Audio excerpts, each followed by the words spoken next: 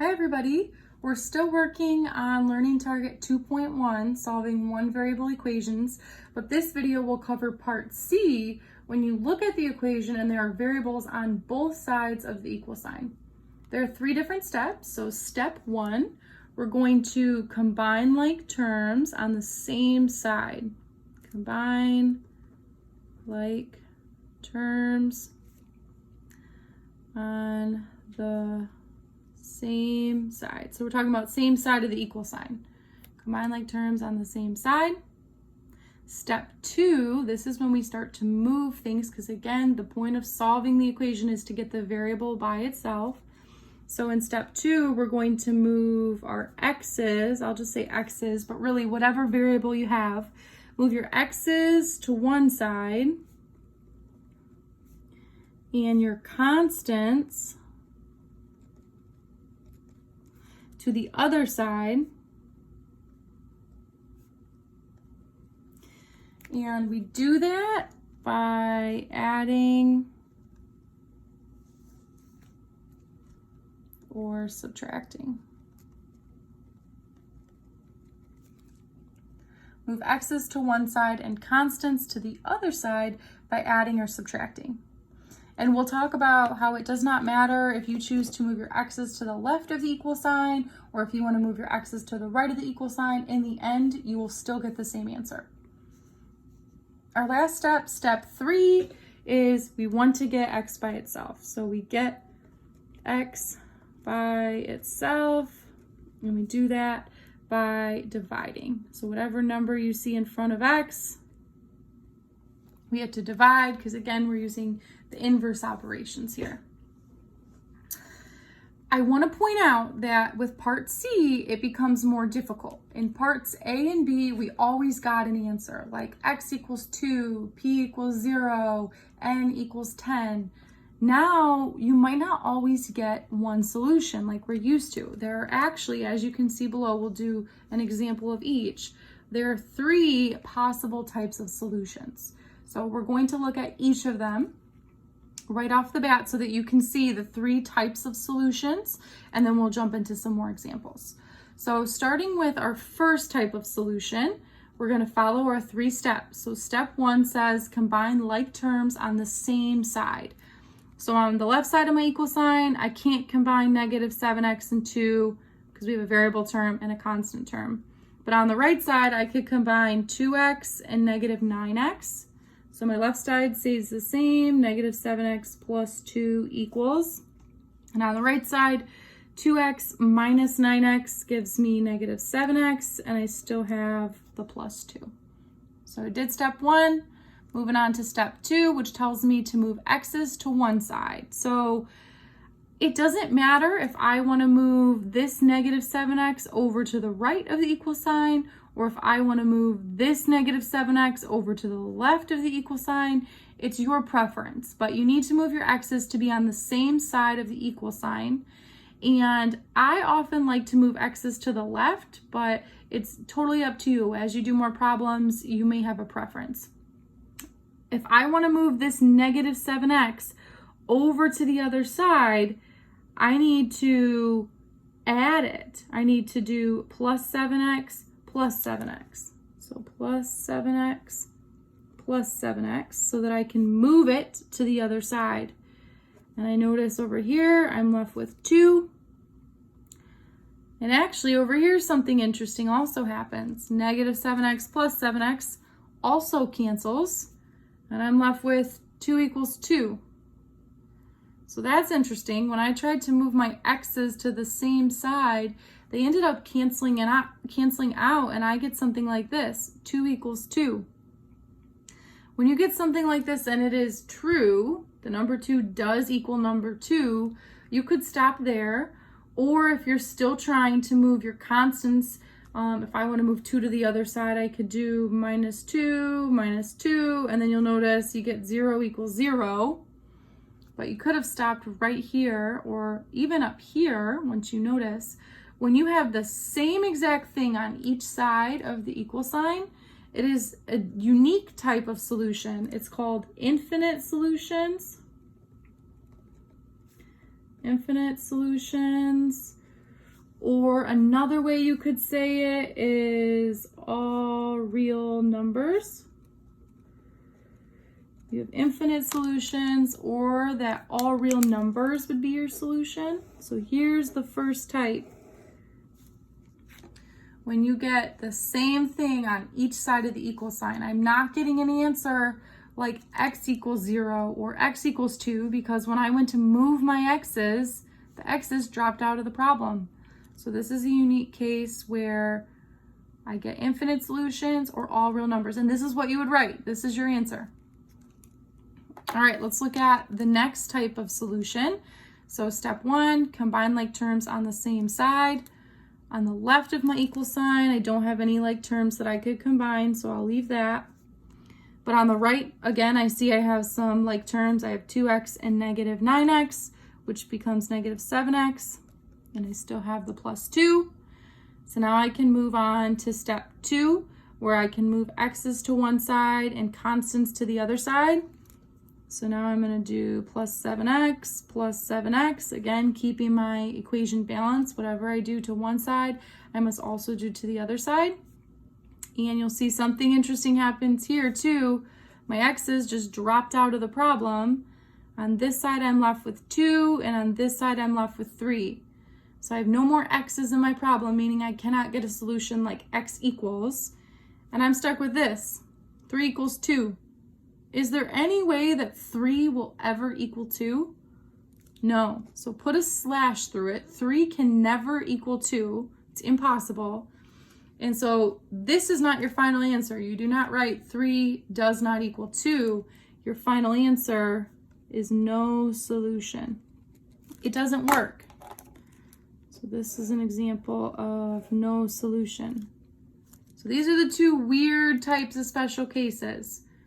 A number does equal a number. We have infinite solutions or infinitely many solutions. Number does not equal a number, no solution. And then the last type, this is by far the most common type. So this is what happens most of the time. So our last case, let's look at that one. So step 1, combine like terms on the same side. Can't do that. Moving on to step 2. I want to move x's to one side and constants to one side. So if I want to move my x's to be on the left side, I want to move this 2x over to the left of my equal sign.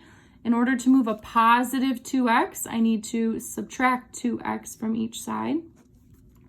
So then I'll have negative 7x minus 2x gives me negative 9x. I still have plus 20. Equals, and on the right side I have a 2. All right, I'm still trying to get x by itself. So now I need to move this 20. So again, we have to remember what we did in parts A and B, where we're using inverse operations, and we first have to undo that addition or subtraction. So I'm going to go ahead and subtract 20. I'm moving my constants over to the other side. So then I'm left with negative 9x equals 2 minus 20 gives me negative 18. And this is step 3 because I move my x's to the left, my constants to the right. And step 3 says I need to still get this x by itself, and I do that by dividing. And that makes sense because we talked about how this is negative 9 right next to the x, negative 9 times x. So the way we would undo that is by dividing by negative 9 on both sides. So I would get x equals 2. And x equals 2 here is my final answer. So in this case, we have one solution. One solution, and if we're specific, our one solution is x equals 2. So these are the 3 different cases, 3 possible types of solutions. And again, if you want to star this one is by far the most common type. All right, let's jump into solving some of these equations. And again, you're going to refer back to this quite a bit. So example 1, I need to solve this equation. So I'm following my steps that I have up at the top of the page. So step 1 tells me combine like terms on the same side. Can't do any combining of like terms because I've got constant term and variable term. Moving on to step 2, I want to move my x's to one side and my constants to the other side. So in this case, they're f's, my variable term. If I want to move them over to the left side, if I want to move negative 3f across the equal sign over to the left side, I have to do opposite of this subtraction. So I have to add 3f. Whatever I do to one side, I must do to the other. So that cancels and I'm left with 8. And on the left-hand side, I still have a constant of 2, but I can add 3f plus 3f to get 6f. Notice I can only add the f's. I'm not also doing 2 plus 3f. I can't combine those, right? Because 2 is a constant. So I just have to leave the 2 as a constant, and I can do 3f plus 3f to get 6f. And then on this side, again, negative 3f plus 3f canceled out, which is exactly what we wanted to happen. All right, so I move my f's to the left-hand side. So that means now I need to move the constants to the other side. So I need to move this 2 over to the other side. So in order to move a positive 2, I need to subtract 2 from each side. And I get 6f equals 8 minus 2 gives me 6. So now I have my variables on one side of the equal sign, my constants on the other side. So now I can do step 3, where I want to get my variable by itself by dividing. So I can do divide by 6, and here I get f equals 1 as my final answer. All right, example 2. I cannot combine like terms on the same side, so I'm going to jump right to step 2. I want to move my variables to the same side. So I can do that. Let's say I want to move my d's to the left. I can do minus 5d, minus 5d. On this side, now I just have 10 because 5d minus 5d canceled. Over here, notice when I wrote the minus 5d, I wrote it underneath the variable term, underneath the other d term. So 2d minus 5d gives me negative 3d, and I still have that constant, that plus 4. So now my variables are on the left. I still need to finish moving constants to the right. So I can do that by doing minus 4, minus 4. Again, keeping my equation balanced. Whatever I do to one side of the equal sign, I must do to the other side. So now I have negative 3d equals 10 minus 4 gives me 6. Now I'm on my very last step. I can get my variable d by itself by undoing this negative 3 times it, and I undo it by dividing. So divide by negative 3, and I get d equals negative 2. All right, example 3, step 1, and this is the first case where here in our examples, I can combine like terms on the same side. I see a 5x and a 3x. I have to combine those before I start moving things. So 5x plus 3x gives me an 8x, and then I still have a minus 1 on that side. And then on my right side of the equal sign, that just stays as is. There's nothing over there that I can combine.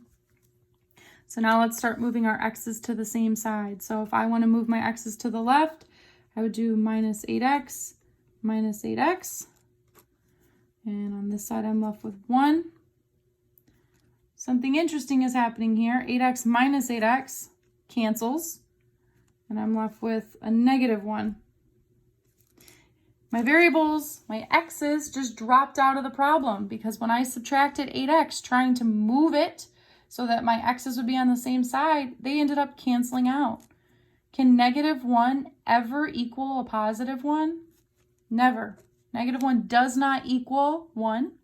So this is one of those cases where when it's false like that, it's a lie, negative 1 does not equal 1, then we have no solution. We don't have an answer. It doesn't work. There's no way we could ever plug a number in for x and get this to be true.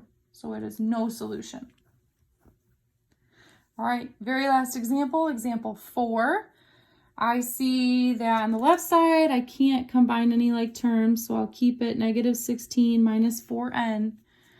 But on the right side, I can combine a 4n and a negative 5n. Be very careful. Make sure you keep the sign here with it. This is a negative 5n. So 4n minus 5n gives me negative 1n. And then I still have my constant of negative 1. Now let's start moving our n's to the same side. So if I want to My preference, if I want to move the n's to the left, I would probably do plus 1n, plus 1n. So on the right side, I'm left with -1. And on the left side, I still have the -16. That's a constant. Notice I wrote the plus 1n underneath my other n term. So -4n plus 1n gives me -3n.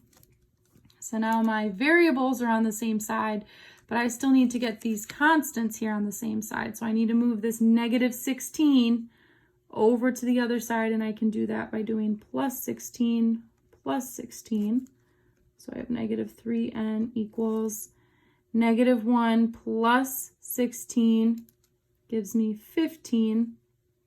So then my last step, step 3, I can undo this, -3 times n, get n by itself by dividing by -3. And that means our final answer is n equals -5. All right, so now there are 2 U-tries for you to go ahead, pause the video, and then click play when you're ready to check your answers. All right, let's see how you did. On the first U-try, p plus p, or you could say 1p plus 1p gives you 2p, so you could combine those. And then on the right side, I could combine the 12, the -4, and the -1, and that's how I got the 7. And then you'll notice here when you ended up subtracting p over to the other side, 2p minus 1p here gives you 1p. So your final answer is p equals 7. The second one was a little trickier because something interesting happened. When you combine like terms, you end up with the same expression here on each side of the equal sign. I have a -a on both sides and a -7 on both sides. So if you notice right here at this step that you have the same thing on each side of the equal sign, you're done. If it's identical, it's the same, then it's infinite solutions. If you didn't notice that, you would go to step 2 where you try to move your variables to the same side, which is what I did here. I tried to do plus 1a, trying to move my a's to the same side, and they canceled out on both sides. And I get -7 equals -7. So once I get a number equal to a number, check, it works, that's true. -7 will always equal -7. So that means that you have infinite solutions. Thank you for watching.